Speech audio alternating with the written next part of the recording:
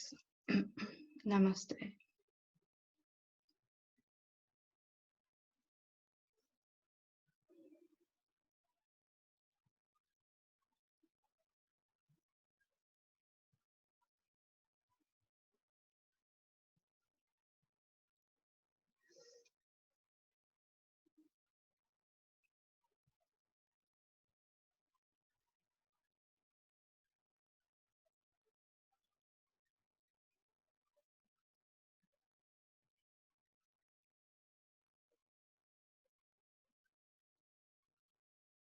So I thought tonight it may be helpful to go through the stages that your awakening tends to go through along the pathway, because there is some commonality in that, and it'll also help us as we go through that to begin to come to a direct experience of what we actually are. And then that direct experience is going to hopefully blossom into something that is permanent. Okay.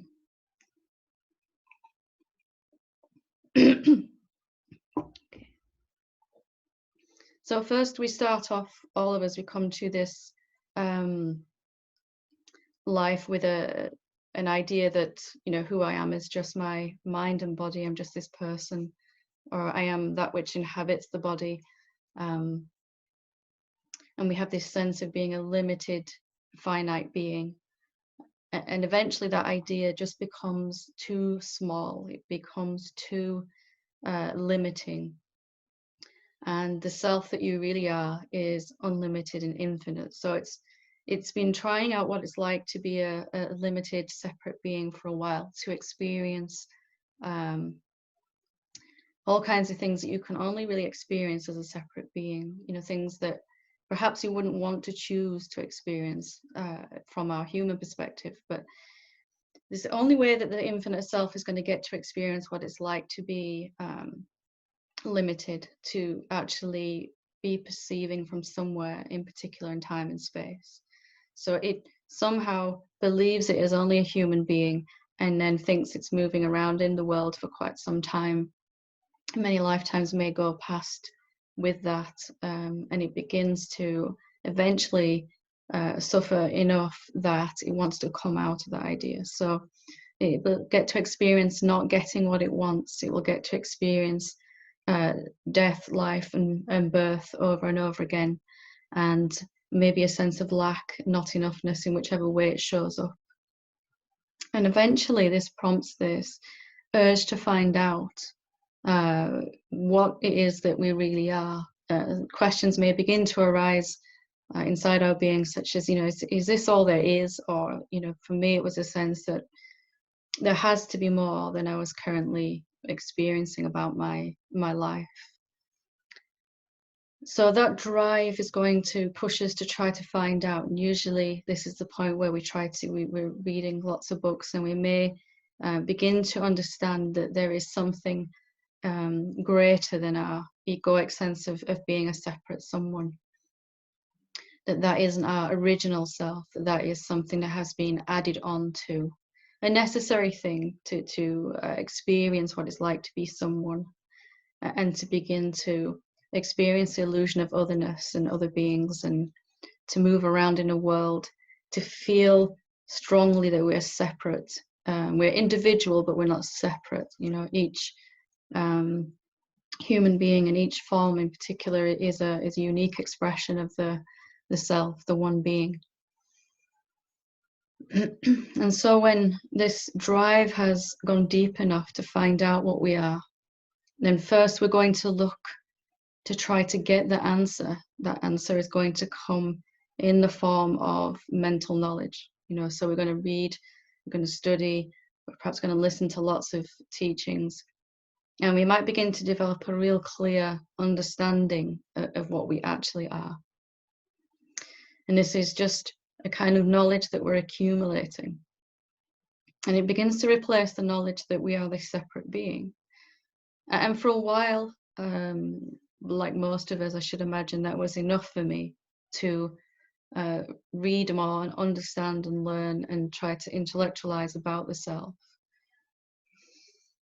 And then for most of us, at some point, that just isn't enough anymore. There just isn't enough in the book or in listening to the teaching, and somehow the self wants to really experience what that is actually like, and to begin to, rather than knowing about the self, we want to actually live as that. It's a really common phase in a student's life. It was for me as well, where suddenly it becomes urgent. Suddenly it moves from an interest or a passion or something I'm devoted to just a sudden urgency. There's suddenly it just has to. You have this feeling, I have to wake up. It just has to happen. And perhaps at that point, learning more mental knowledge about what we are and reading more and listening to teachings may even become a little bit frustrating. I remember irritating at that point, because I knew I was kind of subtly avoiding living as this by reading about it. So how do we move then from knowing the answer to this question, what am I really? From it being up here to a deep and profound lived experience of being that real self.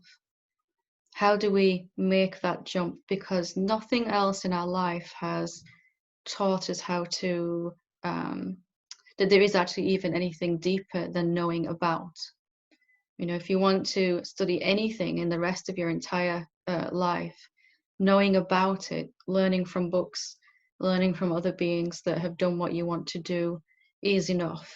And you spend years at university or college learning about something, and they give you a certificate when you have enough knowledge that you can remember all of that. And for everything else that works, it's fine. But for this awakening, it's not going to be enough. So how do you move from knowing about what you are, to a deep, lived, constant experience? Many people can tell me what they are. They'll tell me I am infinite and consciousness, and I'm not really anything of any particular shape. But then to become it, we have to dive deeper into our experience. What does it mean to live as that self? What does it mean to live in a constant experience of peace, unbreakable peace?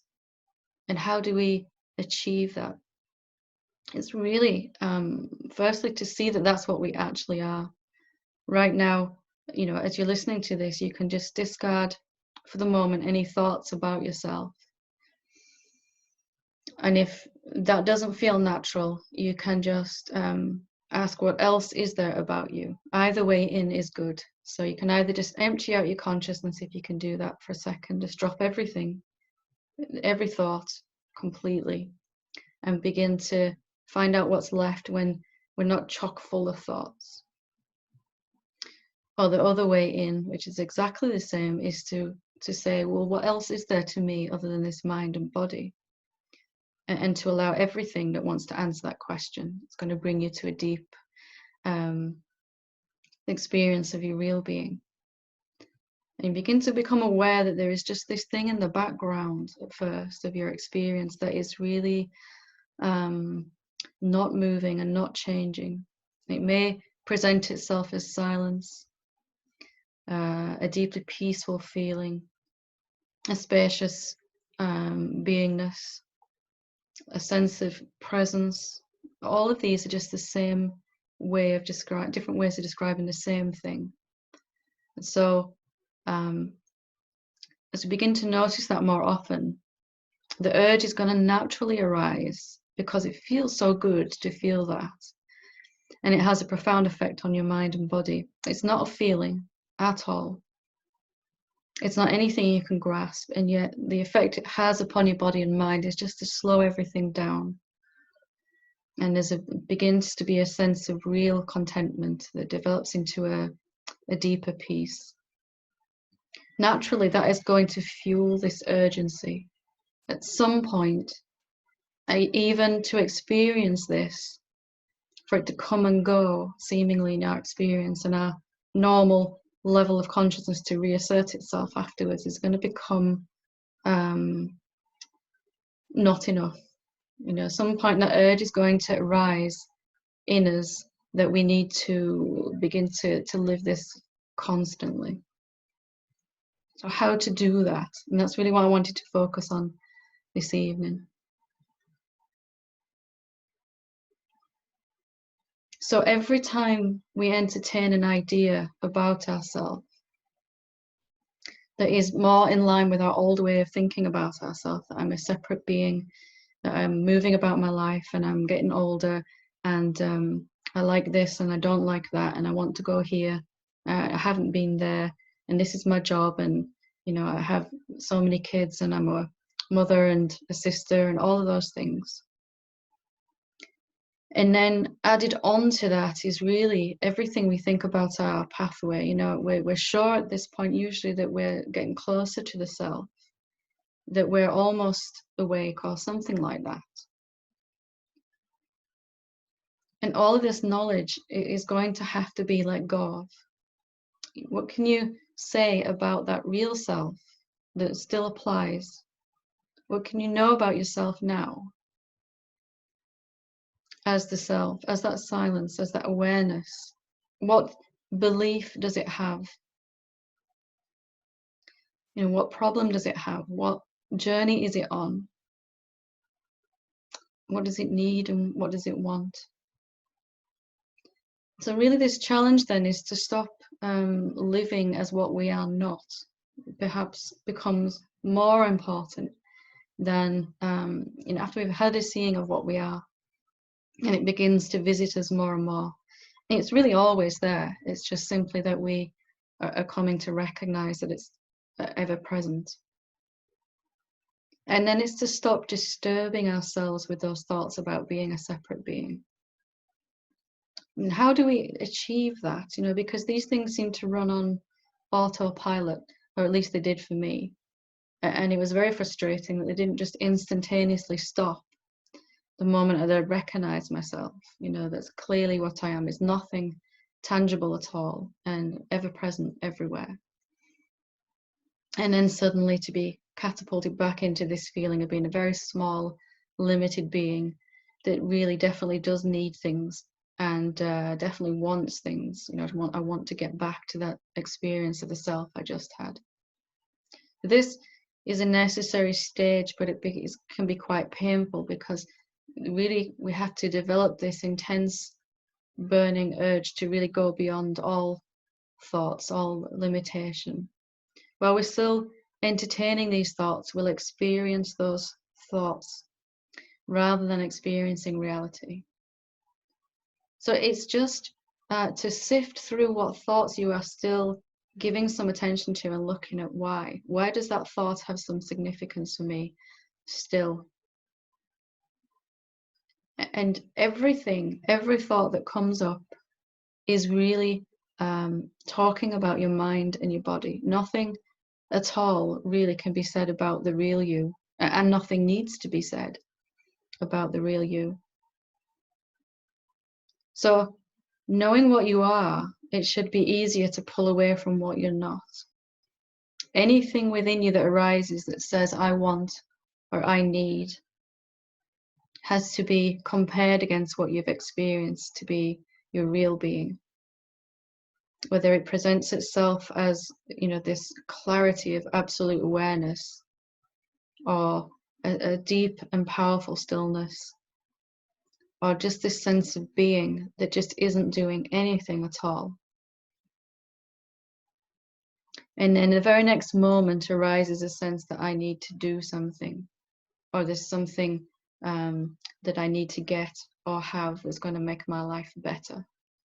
So as we begin to move through this urgent stage of having to live as it, and I should imagine nearly everyone listening, watching this is feeling that urgency, or at least it is arising.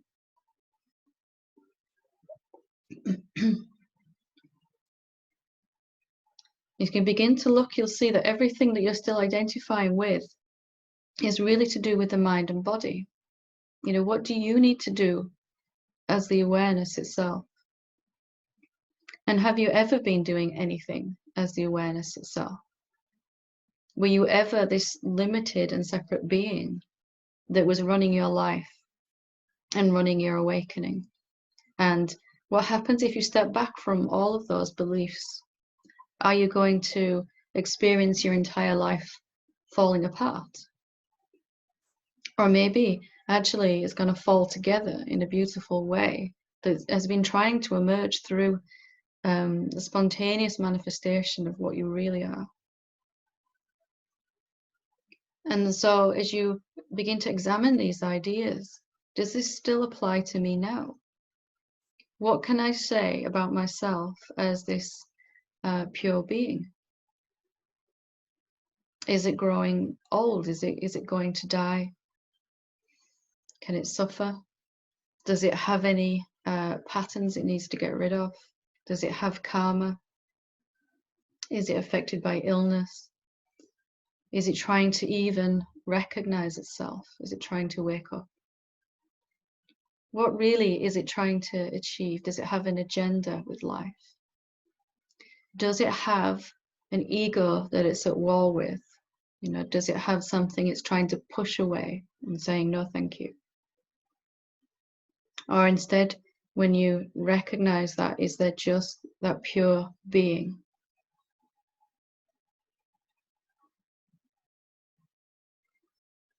So as you begin to recognize more what you are, to come to live as this means eventually every single thought that you still have some attraction to is going to have to be questioned.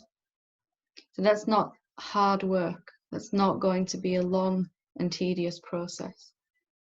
It can be just a simple recognition that I don't want to experience these thoughts anymore.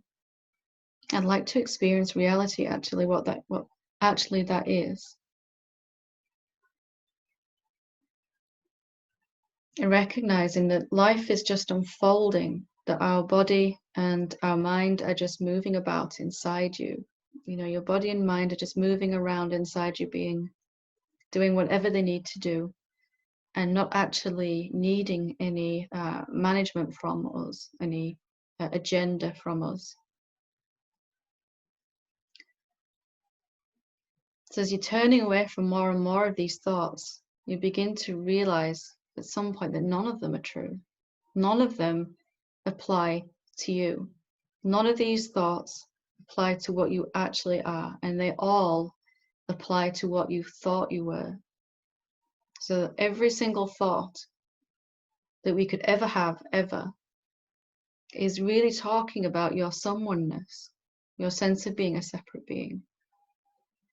And there really isn't any thought at all that can apply to this totally empty, concept-free being that you are, which is utterly formless in nature. And even in that, as that beingness, there isn't any world out there and formlessness in here. There isn't even that when we check in. There's nothing at all that we would need to think about. There is no other beings in that place at all. There are other bodies, but there are no other beings. There is the real self appearing as all of this. But a deep and profound seeing of what you are should help you to come to step back from what you are not. And if there are any thoughts that are sticky still, or, you know, really worse than sticky, like flypaper, you know, just stuck, then it's only because it hasn't been examined clearly. Is this true for me now, actually, now that I've seen what I really am? Can it have any problems? Is it going to need even to free itself of its karmic patterns, or is that just happening by itself? Is that just going on in front of this vast expanse of your being, or inside the vast expanse of your being?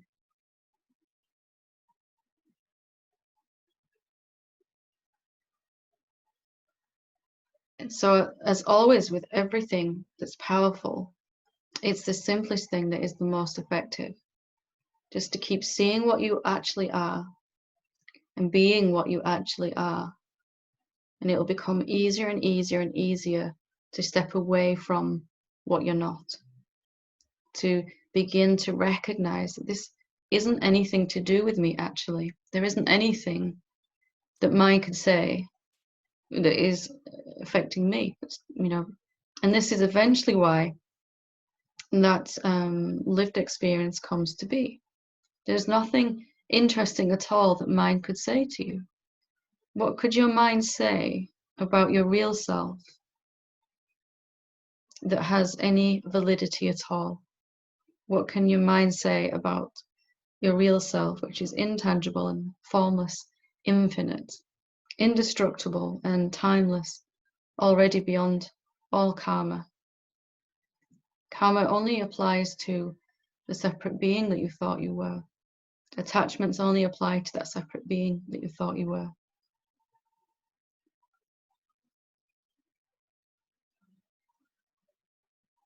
So this love of what you actually are and this urgency are a good thing. Suddenly it just becomes there's no other option but to live as this, and that's exactly how it was felt here. Something suddenly, there was just no going back, and it had to happen. I had no clue how it was going to happen, but it was enough that reached this point of finality. Like, I cannot live as this separate being, going in and out of the self one more day. I just cannot do that at all. And eventually this question arose inside: what is it like to be the self consciously? What is it like to live as the self consciously? I had no idea what that question meant at all. But something inside had the wisdom to ask that question and to see what the answer to that was. If I just decide to ask that question and allow the answer to come in any way, in every way that it comes, knowing already that the self is unlimited and can't be blocked by anything, then my experience to that, of the answer to that question, I'm going to become that answer. So it's going to move from knowing about the answer to being the answer through this question. And I have talked before about other questions. What's it like to be unlimited? What's it like to be infinite? All of our life, we've been experiencing what it's like to be a separate being. That's kind of been our question, hasn't it? Somewhere a long time ago, the self asked, what's it like to be a human being? And it had that experience and kind of forgotten that it asked that question. What's it like to be limited? What's it like to be born and then die? And then eventually this question will arise somewhere inside you. What's it like to be the real self? What's it like to be me? Or what's it like to be authentic? What's it like to be unlimited and infinite?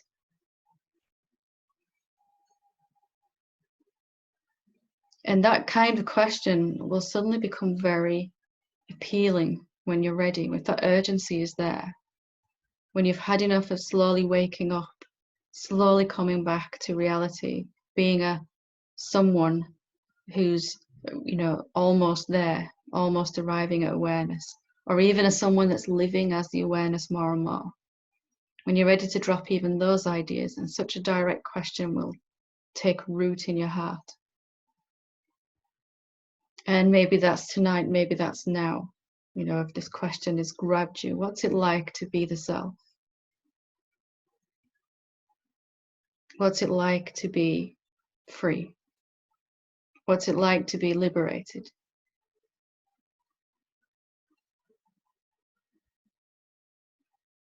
And we've been living the answer.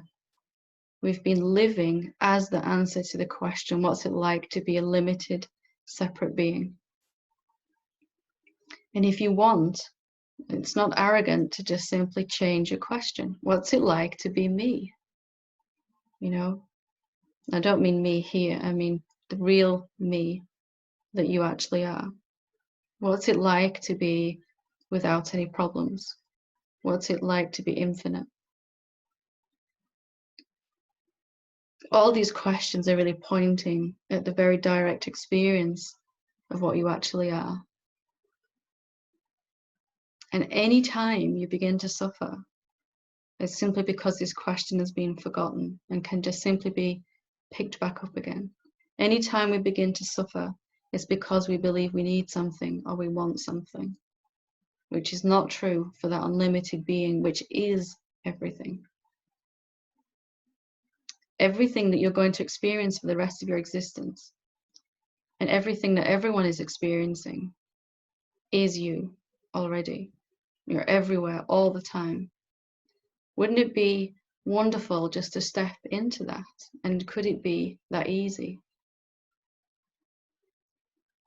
And such a question is going to expose to you some doubts, where we're still listening to our mind. You know, it can't be that easy. And, you know, awakened beings must have done something other than that. There must be some trick, you know, to kind of move beyond all the mind stuff. But if you are the self, then you're already beyond the mind stuff. What is there to let go of there? Just infinite silence and peace is that experience, where there is no other thing to have a problem with or to have a relationship with. And it's very simple to step into this.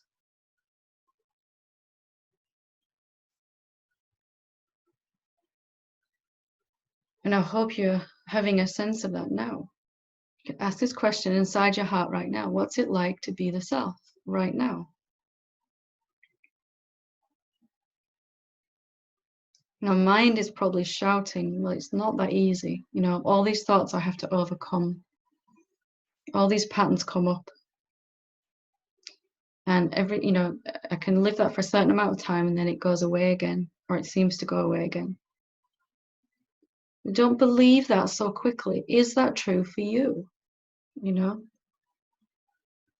What problems do you have? Are you the one gradually pulling away from your mind?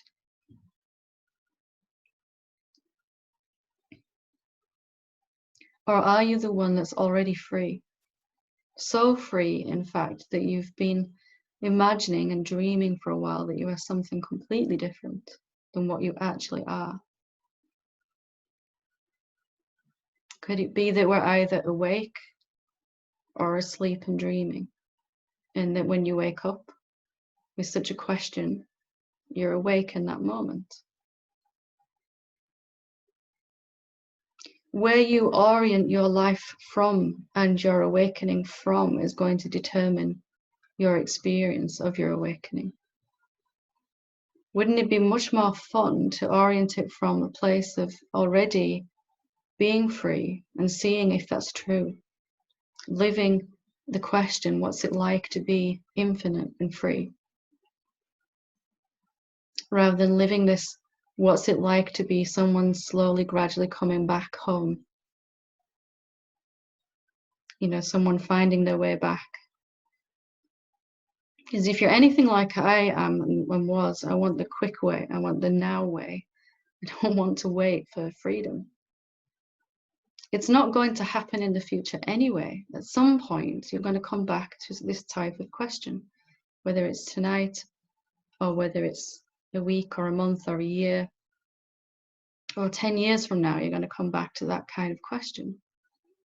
I'm finished playing around with limitations. What's it like to be unlimited?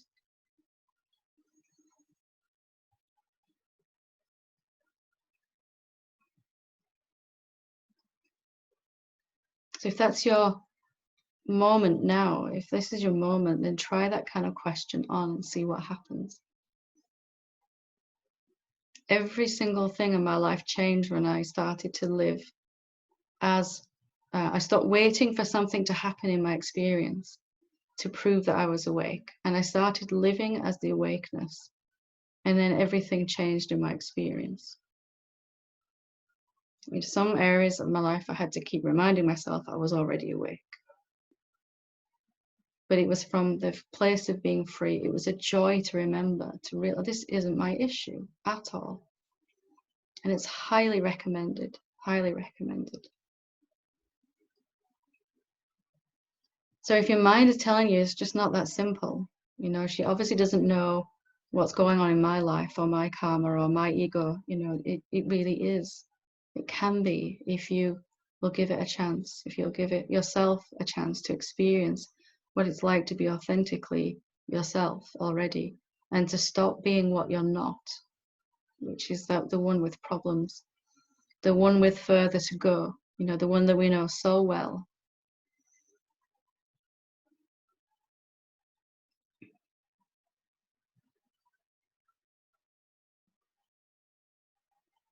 Because I would love for you all to experience what it's like to be yourself, the self.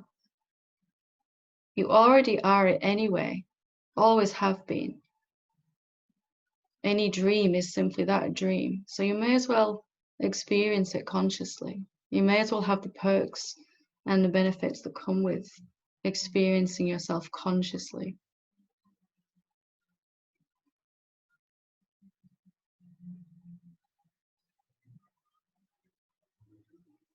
So why not you, and why not now with this question?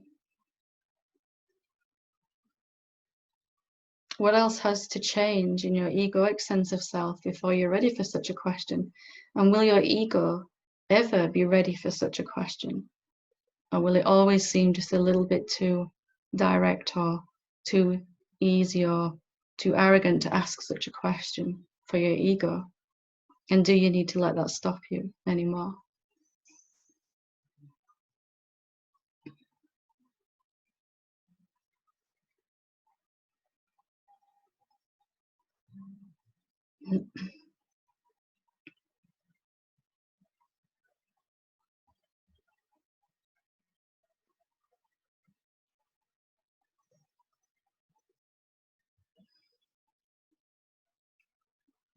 Okay.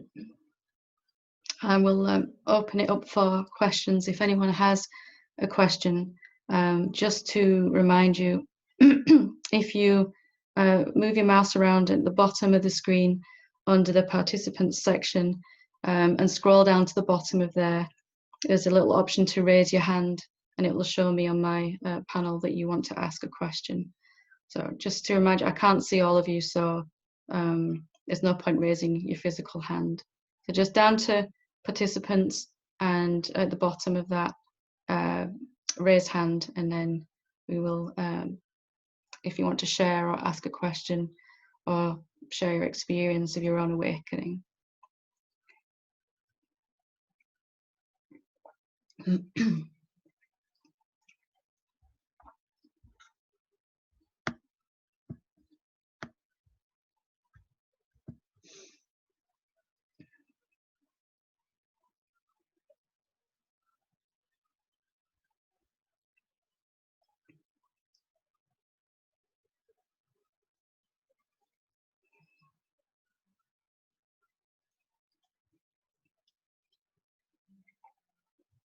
Okay. Maggie or Ian, whichever.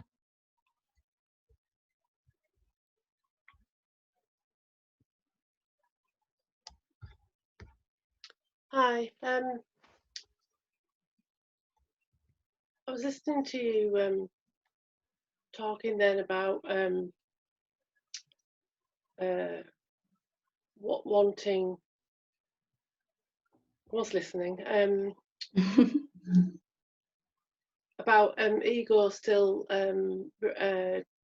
attaching to things and the stickiness, and there hasn't been a lot of that going on, but every now and again something will just crop up, and it happened this afternoon, and it was very, very quick and very short-lived, and straight away I could see that that it was just something that I needed to look at. There was a situation where something that I'd done and paid for, and it didn't work. It had gone wrong, and it had quite an impact on me, because it was about the loss of someone we've had within the last week, and it was about arranging stuff, and it had gone wrong, and I got quite upset that I'd done it wrong, even though that isn't quite the case. But yeah, anyway, so I had an emotional reaction. I actually just momentarily had a tear, and I recognised instantly that it was because there was it shouldn't be happening going on. This isn't how it should be, and I didn't want to make a family situation harder for everyone and that type of thing. And I felt like I'd let Ian down and such, just like that. And it was short lived. But I just wonder why does that keep happening? Why? It's not very often. They're not huge anymore. And you know, I really, I don't know, just why does it keep happening, really? Yeah, it's very common, you know, that you've worked through most of that stuff, you've let go of most of it, but when it does pop up, it can be what's the word, sticky, you know. So those things that are still popping up now will be what you're just still a little bit drawn to, you know, where there's still just a sense, you can notice that there'll be a change in your state, you know, when it pops up. There'll be some emotion that comes up with it. And really it is just the last, where something may have really happened before and it was a huge emotional response. There'll just be, you could say that the self just is still dreaming in certain areas, you know, that it's a limited being. So wherever that happens, there'll be, these things will seem to pop up just to be seen clearer. You know, actually this, just to kind of remind you again that this isn't your issue to fix. You know, the ego is a problem solver, isn't it? And loves to do that. But just to pop, when those things pop up, just to look at them and say that's just an old dream. You know, it's just a remnant. It's not anything that I have to do anything about. If it is, you know, hangs around for a while, then it might just be that you have to do some inquiry on it, or have a look at it. But most often it's just where we don't have to do any intense work around it, but we may just have to go, nothing to do with me. Yeah. You know, that kind of feeling. That's what I was able to do. There was, like I said, it flared up. There was something going on that had gone wrong. It was my fault, and I was upset about it. But it was very, very momentarily. But then it was like, no, I'm not doing that. This is just a little dream going on, and it just dissolved, really. Yeah, and I think sometimes, you know, it's not necessarily a bad thing, because sometimes it can just gives a little nudge. You know, that there's still the potential there to imagine or to dream. You know, that there's still, it hasn't fully gone. You know, something, it could go back into it. Not even that it has, but there's just that energy potential inside, that something, you know, it could grab a hold of something like that. Yeah. So just a bit of a nudge, a little minor course correction type of thing. Yeah. Thank you. Very good. Thank you for sharing that. Thanks. Vidya, yeah.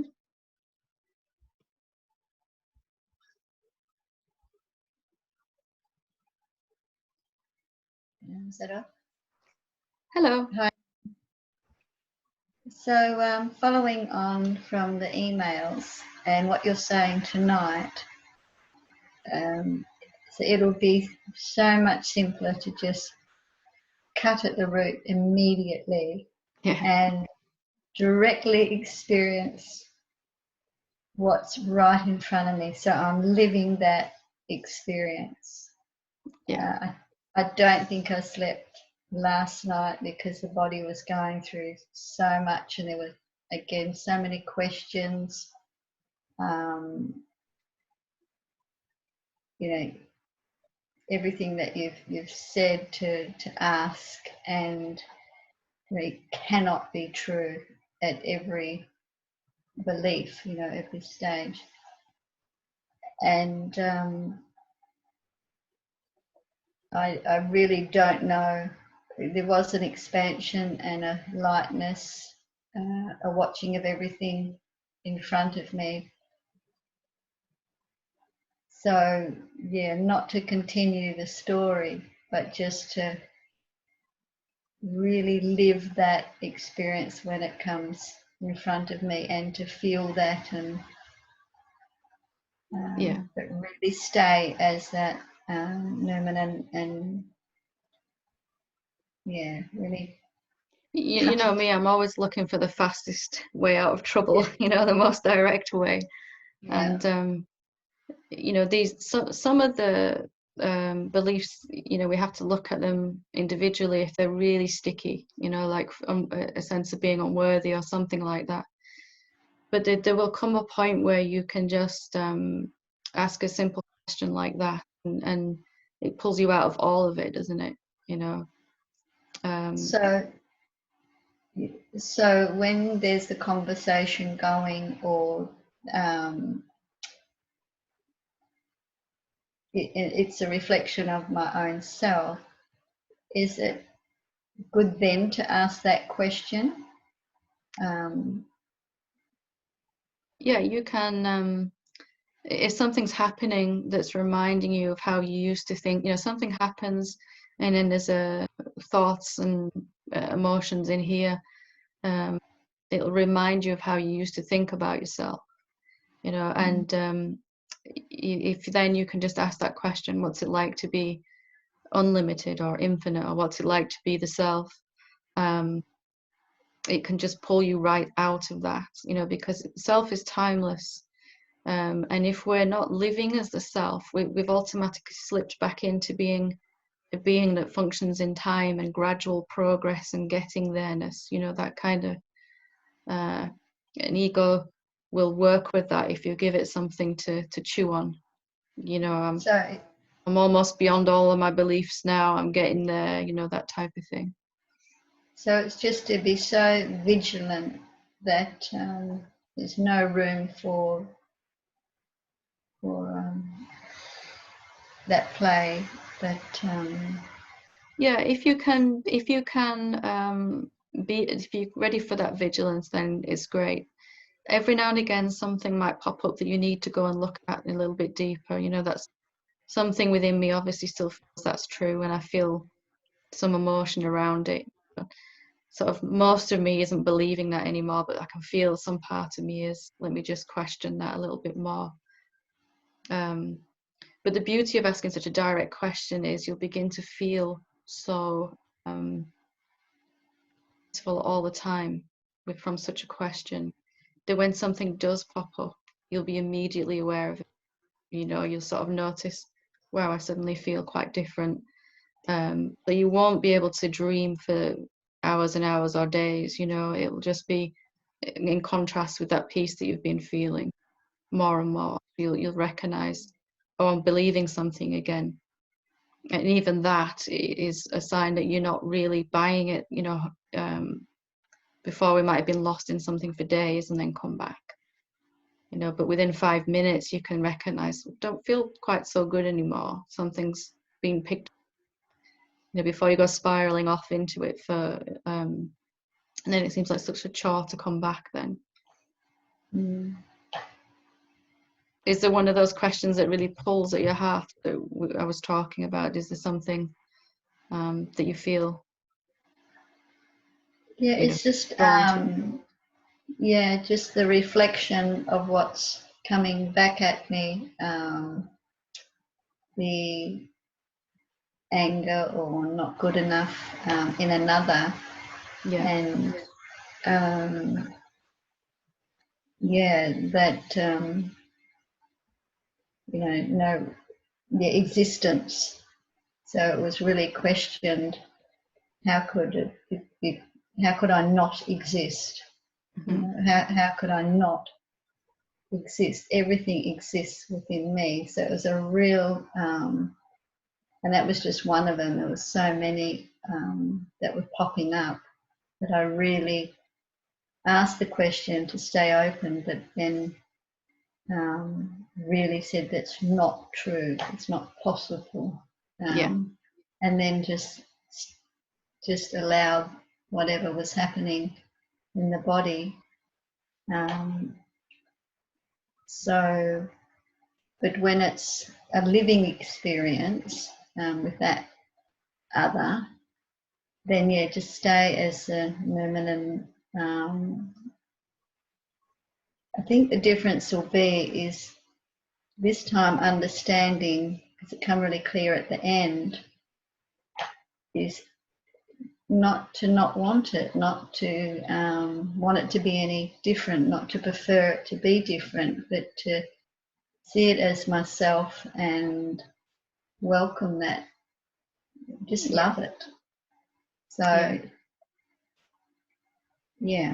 that's key, really, isn't it? Then we're not rejecting anything anymore. Then we're really being the self, the Numenon, aren't we? Then in that moment, there's it has no capacity to reject anything, especially ego, and our old way of thinking that can just arise then. But it's happening inside you, and it's not impacting you like it used to as a separate being. And from that place, it's just easy to see this isn't really true. This is just an old fragment of my ego, of my old idea of myself that's just still playing a little bit. That's a good way to say that, is that's what I'm seeing and feeling is just a fragment of my old self reflecting back to me, and it's not my problem. I really like that. It's not my problem, and just allow it to be. And we don't have to keep managing our experience then. Anything that needs to be seen will just come up. It's just seen. Oh, that's the old way. That's from the old way. And it's not given any label as good or bad. And therefore you're not trying to reject it, or there's no difference then between something the ego would really want and ego would not want, so everything's just allowed to arise and dissipate, and as it's coming up, you just see that's just not true. It used to be very dear to me when I was a person, that belief, because it seemed very true, but now it's just less and less relevant, without making it wrong. Just the simplicity is so delicious, it's really exciting. It really is. It's always the simplest is best, because you can stay with it, can't you? If it's complex and you got to remember what to do, and but that's one of the reasons I wanted to talk about this tonight, because for me it really came down to that choice: am I being unlimited or limited? And there's nothing in between. There's no middle ground there, is there? When you sort of really seeing what you are. How could I reject anything? How could anything? It's not possible to reject myself, abandon myself, to hurt myself, to it's just not possible. It's really that deep questioning and allowing to recognize that self and see that nothing could touch it. It always remained the same. Just to keep really, trusting that, and like you said, coming back to that again and again and again. And just noticing what happens when you live as that life just seems to flow in some wonderful way that you could never orchestrate as a person. you know, and you're not even in that flow. It's just, there's just a flow. There's nobody really just, you know, trying to stay in the flow or anything. And you know, and it just becomes addictive in its own way, because it starts to have a positive effect on everyone around you as well. And you just, you know, there's just a maturing that happens, as you're probably starting to experience, where you just don't want the drama of being a someone anymore, even the drama of being waking up to realize the self, you know. Even that is like, I'll just step out of that and be that which already is completely self, you know. And if there's anything to be seen, it'll be seen, and it'll just happen by itself, you know. From that place, you're not rejecting all the epiphanies and things like that, but they're just happening inside you, you know. And they're just a nice byproduct rather than what you're trying to achieve. You know, there's no difference between a nice epiphany and a negative emotion. They're just all happening inside. Very, very simple. You're just here, and you've always been here. It just becomes your experience more, you know. Yeah. Wonderful. Thank you. Thank you. Lovely. Okay, Stefan. Right. Hello, everybody. Hiya, to how are see you? Again. I'm good. Good, good. Just picking up on something you just said not so long ago. You cannot orchestrate the person. Does that mean that you can't really do much with the personal ego? Is, you know, once you're, let's say, in a state of awareness or something, the ego play is still like a puppet that's, you know, performing, but you're really not part of that. You're observing it. You're just watching it on the stage. Is that, does that make sense, or have I got the wrong? Yeah, there's no ability to do anything about anything, actually, as the awareness. And that may seem to the mind like, oh my God, I don't want to live like that, you know, being completely powerless. But the actual lived experience of it is all you can do is to love and to watch, you know. And watching something without needing anything from it at all is the definition of love, really. So watching the ego from the viewpoint of the self, it's just going to finally allow it to dissolve and become more of a, instead of a real entity that ego thinks it is, it just becomes a functionality, you know, a software program, like it always should have been. It helps you run the mind and the body, helps you remember what things you need to get from the supermarket and what time you need to be at work and all of that stuff. But without any judgment, you know. It's only ego that would judge ego, and it's definitely only ego that would say it needs to get rid of ego. So dissolving the ego is really just dissolving that tendency to be at war with yourself constantly, you know, to and just to, you know, however I am, with all my idiosyncrasies and all my flaws, and I'm all right as I am right now, you know. That's the kind of perspective. However I'm appearing right now in this moment, you know, as this person, as this mind and body, is exactly how it's supposed to be.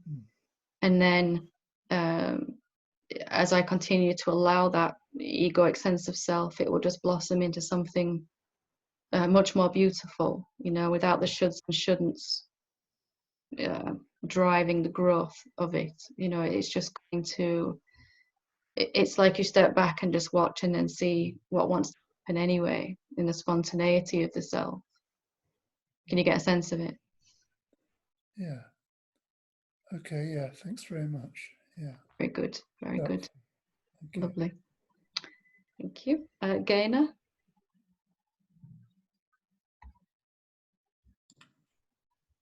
Hello. Hiya. How are you doing? I'm all right, thank you. Hello, everybody. So it's more kind of a share, really. Just thought I'd, some things have been kind of happening. Well, not happening because nothing really happens, does it? But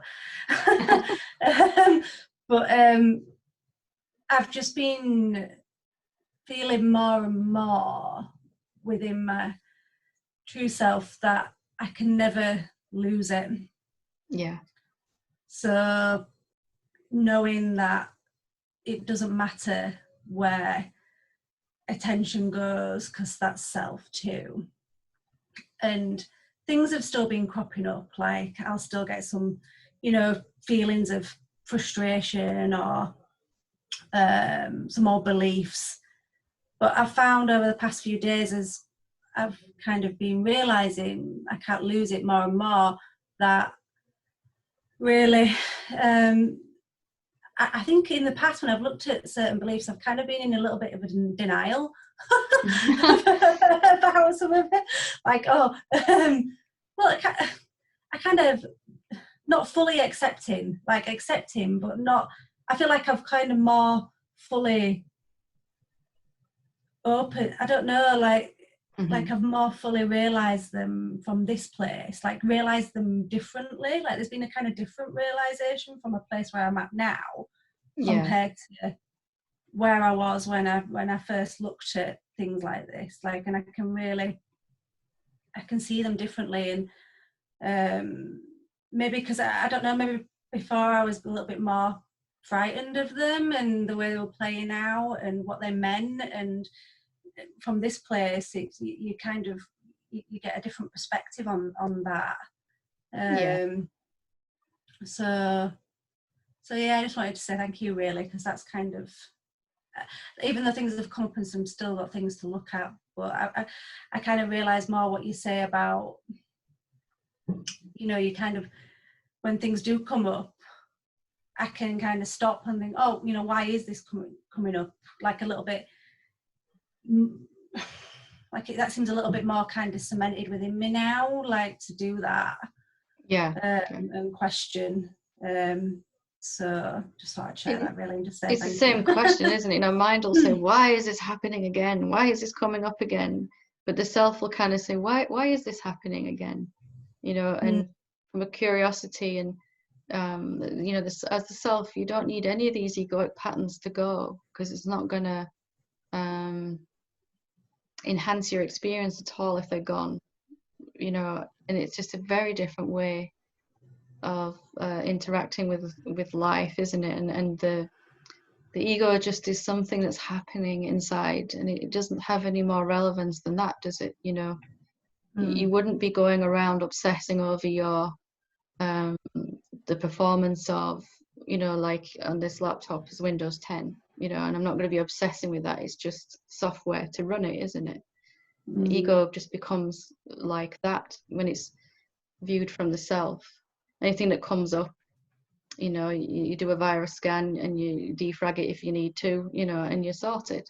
And there's not all this kind of, why is this happening again, you know, that the ego wants to make a party out of it sometimes. Yeah, definitely. And I think like I said, I think my ego as well, I just didn't, some things I probably maybe didn't want to look at completely, for fear of what they really meant. Absolutely. It just does not. There's places in everyone's ego, there's a little filing cabinet with this, one of the drawers is do not look at all costs here, you know. And do not ever look at this, you know. And the self just goes, well, that's a bit ridiculous, you know. I can understand how that is for ego, you know, especially if it's something like shame or guilt, you know. Why would we want to look at that? But from the place of the self where it's never been true, it's just, well, let me just look at it finally and see, you know. Yeah, definitely. So yeah, it gets so much quicker and easier then, because you're not judging anything that comes up. It's just looked at. Is that relevant anymore? Not really, not so much. It's a story, it's fine. That's it, isn't it, really? More, you know, rather than trying to push something away. It's just not relevant. I don't need to reference it anymore. You know, put that book back on the shelf and leave it. Nothing to do with me now. You know, as that real being. Yeah, exactly. Wonderful. Yeah. I can see that. So thank Fantastic. you. Well done. Thanks for sharing as well. It's great to hear some good news. Oh, well, I'm glad you find it useful. I hear a lot of stories and bad news, so it's good to hear some good news as well. Fantastic. Thank you. Thank you. Ian, I'm guessing, is it? Yep.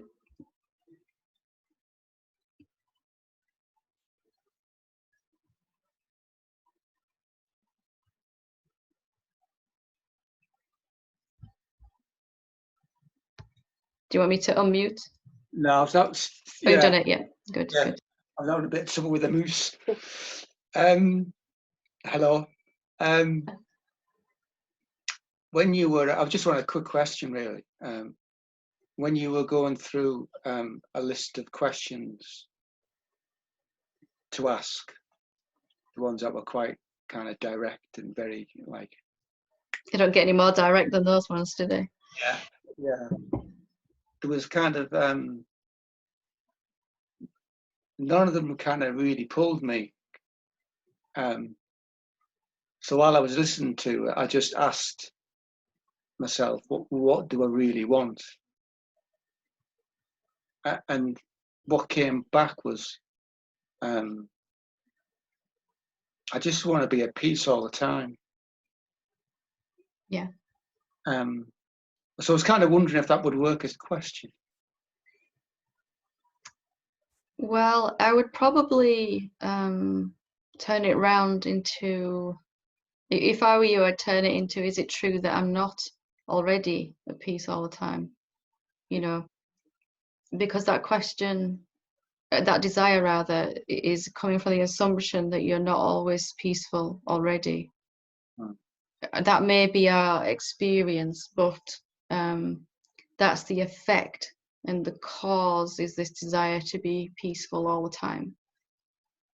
You know, if we have this desire to want to reach some perfect place, then it's going to cause us to feel disturbed. Do you get a sense of it? Yeah. Yeah. Although I've totally forgot. How did you rephrase it? Is it really true I'm not already peaceful, you know? Yeah. I've got it. Or is there, you know, is it really true I want anything? You know, whichever one of those is going to, and it's a good job we're recording it. Everyone always forgets the question straight away. Because something doesn't want to remember that, right? Because there's the end of suffering right there in that question. Yeah. But I can see how my original phrasing of it implied that I'm not already it. Yeah. So I totally get the rephrase. Yeah. And it is worthwhile. It's not just, you know, being clever with words. It's really just checking that the question is coming from the true place. Yeah. You know, rather than the ego can, you know, take a question and it seems like a really sensible thing to want, to be at peace all the time. You know, and a really noble desire, but it is going to disturb you to hold that. You know, it's the way it goes. Yeah, I understand. I've got you. Thank you. Wonderful. Thank you. Lovely. Okay.